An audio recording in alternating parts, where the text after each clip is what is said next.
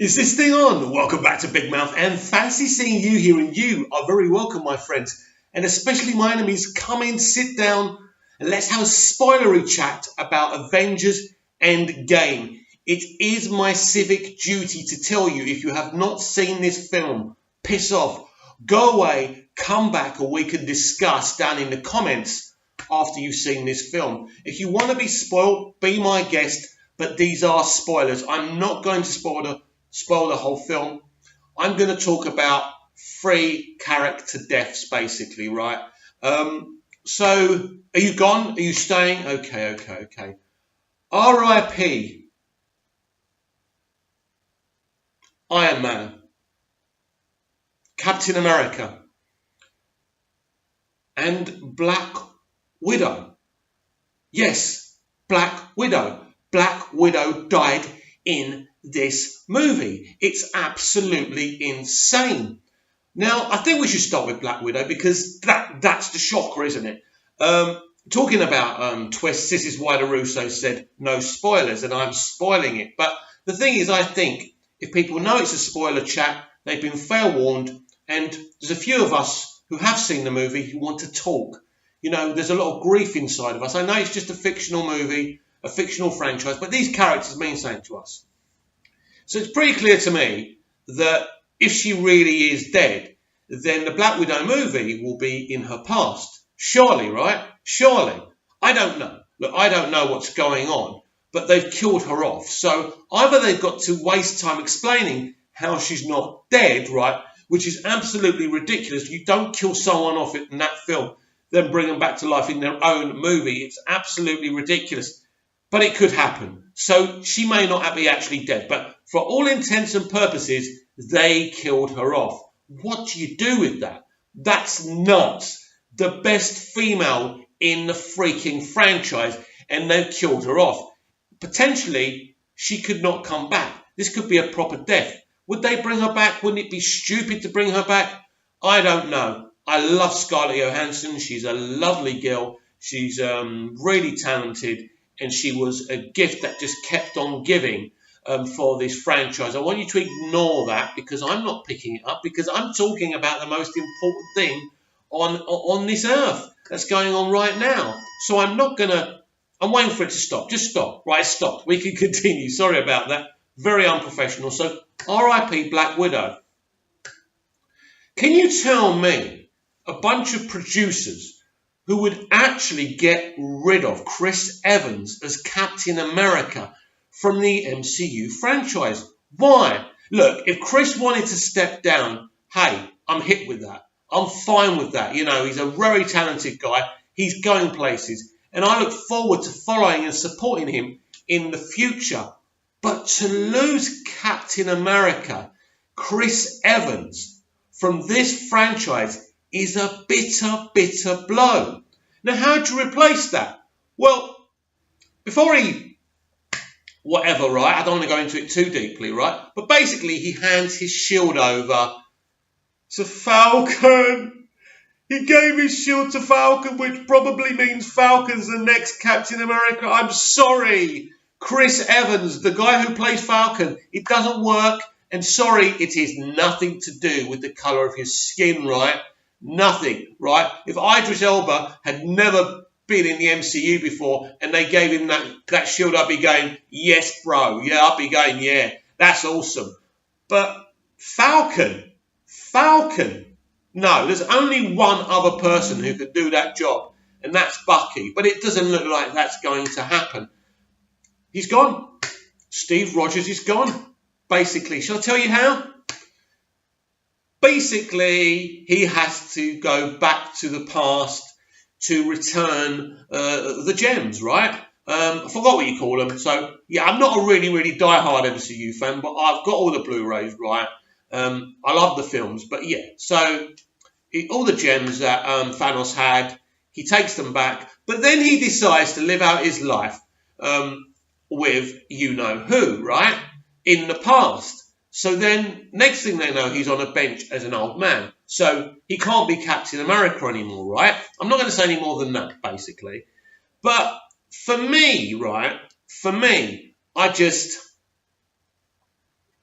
it's very hard for me to think about this and think that he will never play Captain America again. He was a fantastic Captain America. He was the Christopher Reeve of the MCU. He did everything so well. He sold the role so well, right?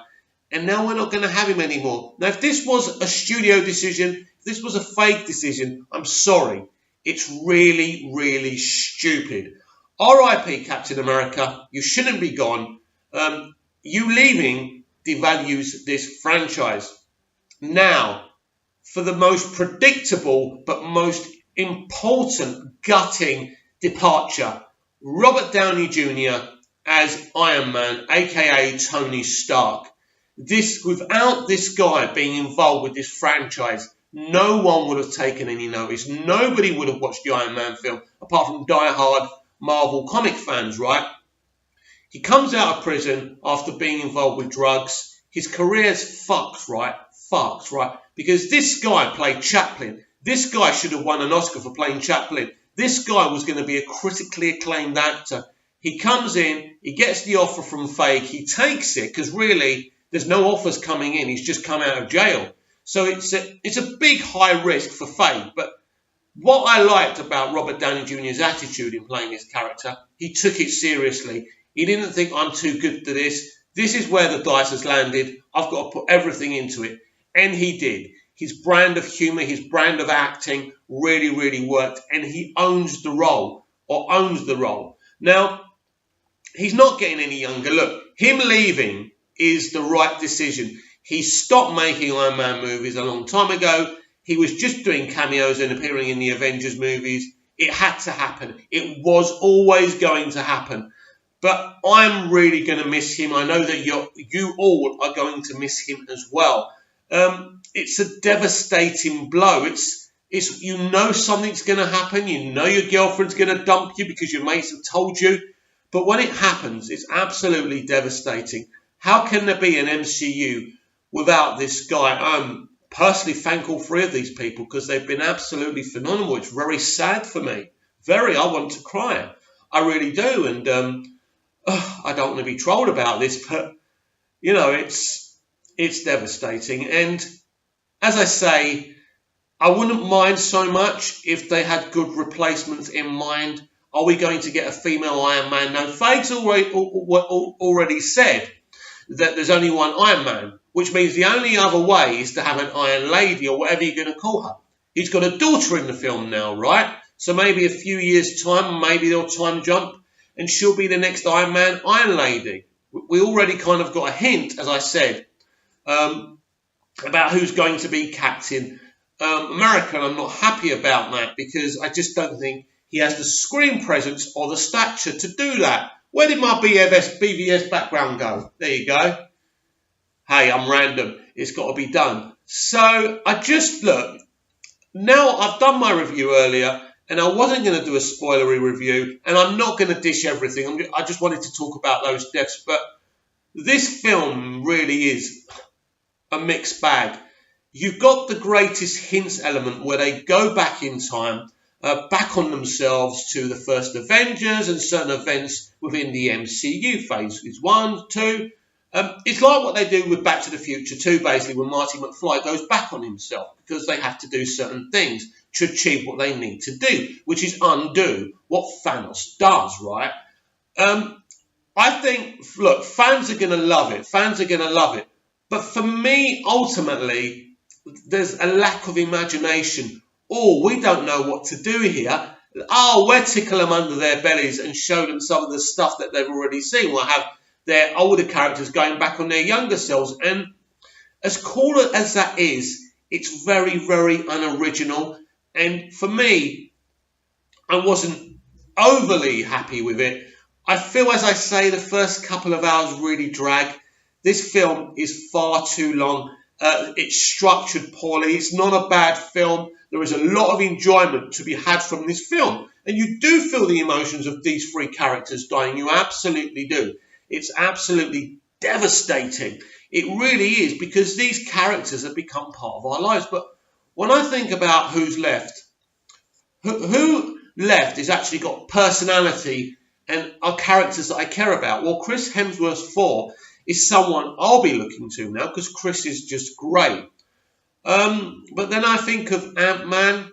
Maybe I like Paul Rudd. I like Paul Rudd, and he's good at Ant-Man. Then you've got Tom Holland as Spider-Man. Again, I like Tom as the character, but in the first film, I wasn't really impressed, and I have seen a test screening of Spider-Man 2. I'll talk about that another time. I don't want to spoil that at the moment, but at the end of the day, when I look to what we've got down the pecking order, I think Bucky, Thor, maybe, but I like Black Panther, by the way. I think he's a good character, but ultimately, where are the characters? Where are the personalities? Where are the Starks? Where are the Captain Americas? Really, it's only Thor. I like the Hulk, but they've gone down this whole Professor Hulk thing. Listen, I have to talk about this Professor Hulk thing. I am so pissed off about this Professor Hulk thing. I'm not impressed. I grew up on the Incredible Hulk TV series starring Lou Ferrigno and Bill Bixby. It was an amazing show that Kenneth Johnson come up with, and it really sums up what Hulk is in a way. Now, it didn't have all the trappings of the comic book, but you can see where I'm going here. Professor Hulk is boring. I'm sorry, but Professor Hulk is boring, and it's more humorous than anything else. Now, I'm suspecting Professor Hulk is a way that they can actually make more films. Maybe. I don't know. As I say, I don't want to spoil the entire film. But again, I wasn't happy with Professor Hulk. It's not the way I wanted them to go. I'm old-fashioned. I like traditional things. I like the traditional Hulk smash, him, wiping out Thor in the first Avengers, freaking hilarious. One of the reasons I love the first Avengers is the Hulk. That's what really attracted me to that movie in the first place. A real live-action Hulk that reminded me of the animated version and the comics. He's so awesome. But no, I'm not happy about Professor Hulk. I just feel, and I'm not going to say too much more because I've said it quite enough as it is, and we'll have spoilery chats in the future about this, I can absolutely guarantee you. But these 3 deaths have left me feeling flat, especially Tony Stark, especially Steve Rogers. They have been the Avengers from the very beginning.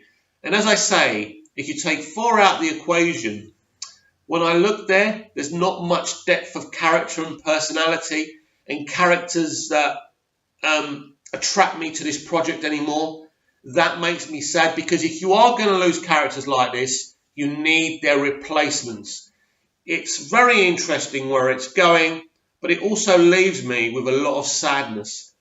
Are people going to want, as many people going to be interested in this franchise without Tony Stark and Steve Rogers? Please comment down below. Please like, share and subscribe, and don't spread the spoilers around. This is for people who have seen the movie or don't mind being spoiled themselves. I'll see you again next time.